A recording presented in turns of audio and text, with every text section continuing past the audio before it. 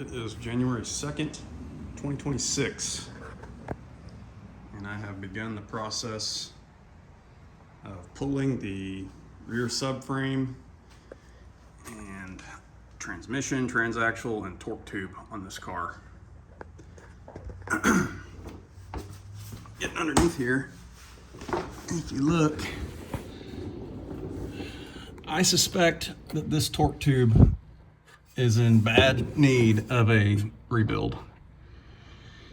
I'm hearing clunking and just not good sounds. It's either going to be the slave cylinder here, the throwout bearing, or the torque tube.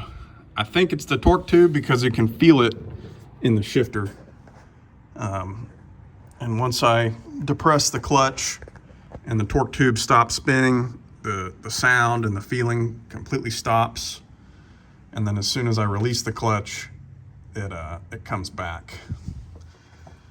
But I've made pretty good progress so far. I'm having to do it, one small step at a time, just because with the kids and everything. But next steps are going to be disassembling the subframe and getting everything disconnected from the subframe and getting it ready to be pulled.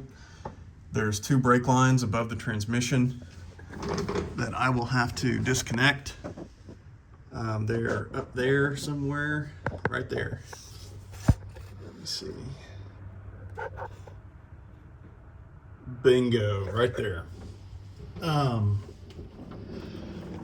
guy who had this car before me did a fucked up job on these mufflers.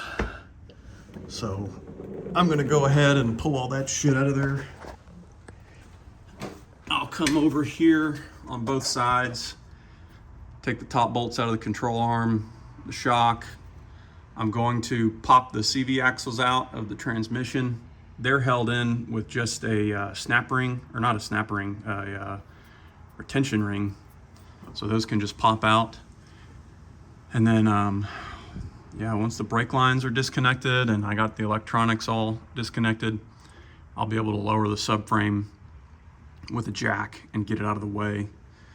That way, getting the torque tube will be a lot safer for me since I'll be doing this by myself. But yeah, I'm excited. I'm pretty sure I'm gonna do a new clutch. I think I'm gonna do an LS7 clutch kit from Summit. I'll get a new slave cylinder with a remote bleed that comes up into the engine bay. I'll get a new impeller shaft for the torque tube and a master torque tube rebuild kit. And then it'll all get put back together. There's tons of torque tube, rebuild videos and clutch replacement videos already on YouTube. So I don't know if that's something that anybody that's subscribed to me would want to see. But if you do, let me know in the comments, and I'll do my best to make a video and try to be informative. This is the first time I've ever done it on a Corvette. But yeah, thanks for watching.